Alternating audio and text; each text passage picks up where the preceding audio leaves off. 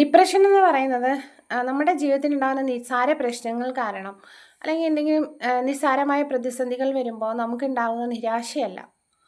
പകരം അതൊരു ഭീകരമായ ഒരു മാനസികാവസ്ഥയാണ്. അത് അനുഭവിച്ചു വന്ന ഒരാളാണ് ഞാൻ. എൻ്റെ അനുഭവത്തിലൂടെയുള്ള ഞാൻ കടന്നുപോയ അവസ്ഥ ഓരോ മനുഷ്യർക്കും വ്യത്യസ്തമായ രീതിയിലാണ് അത് അനുഭവപ്പെടുക എന്നാണ് ഞാൻ കേട്ടിരിക്കുന്നത്. എൻ്റെ അനുഭവമാണ് എനിക്ക് പറയാൻ കഴിയുക. എല്ലാ ദിവസങ്ങളിലും ഇരുന്ന് ഒരു പ്രത്യേക സമയത്തിരുന്ന് കരയുന്ന ശീലം എനിക്കുണ്ടായിരുന്നു. മെഡിസിൻ എടുത്തു, ഡോക്ടറെ കണ്ടു, ട്രീറ്റ്മെൻറ്റ് എടുത്തു. വളരെ നീണ്ടൊരു കാലയളവിൽ ട്രീറ്റ്മെൻറ്റ് എടുക്കേണ്ടി വന്നിട്ടുണ്ട് എനിക്ക്. എൻ്റെ ഒപ്പമുണ്ടായിരുന്ന എൻ്റെ മക്കൾ, മാഷ്, എൻ്റെ സുഹൃത്ത്.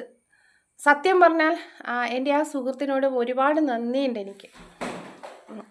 അധ്യാപകനായ അദ്ദേഹം എല്ലാ ദിവസങ്ങളിലും എന്നെ ഫോൺ ചെയ്യുമായിരുന്നു. എനിക്ക് ആരോടും സംസാരിക്കാൻ ഇഷ്ടമല്ല ആ സമയത്ത്. പക്ഷേ എങ്കിൽ പോലും എന്നോട് സംസാരിക്കാൻ ശ്രമിക്കുകയും എനിക്ക് ഓരോ ദിവസവും ഓരോ വിഷയമായിട്ട് തരുകയും ചെയ്തു. പെൻസിൽ എടുക്കാനോ പേന എടുക്കാനോ എഴുതാനോ ഒരക്ഷരം പോലും എഴുതാൻ കഴിയുന്നൊരു മാനസികാവസ്ഥയിലോ എൻ്റെ വിരലുകൾ പോലും എനിക്ക് വഴങ്ങാത്തൊരവസ്ഥയിലൂടെയൊക്കെയാണ് ഞാൻ കടന്നു പോയിക്കൊണ്ടിരുന്നത് ആ സമയത്ത്. അപ്പോൾ അദ്ദേഹം എല്ലാ ദിവസവും വിളിച്ചിട്ട് എനിക്ക് ഓരോ വിഷയങ്ങൾ തരും. ഒന്നുകിൽ സംസാരിക്കാൻ, അല്ലെങ്കിൽ ഇന്ന് ഈ വിഷയത്തെപ്പറ്റി എഴുതൂ എന്ന് പറയാൻ. അങ്ങനെ ഞാൻ എഴുതി കൂട്ടിയതാണ് ഈ കാണുന്നതൊക്കെ. സത്യത്തിൽ എഴുത്തും വായനയും എൻ്റെ ഒരു റീഹാബ് തന്നെയായിരുന്നു.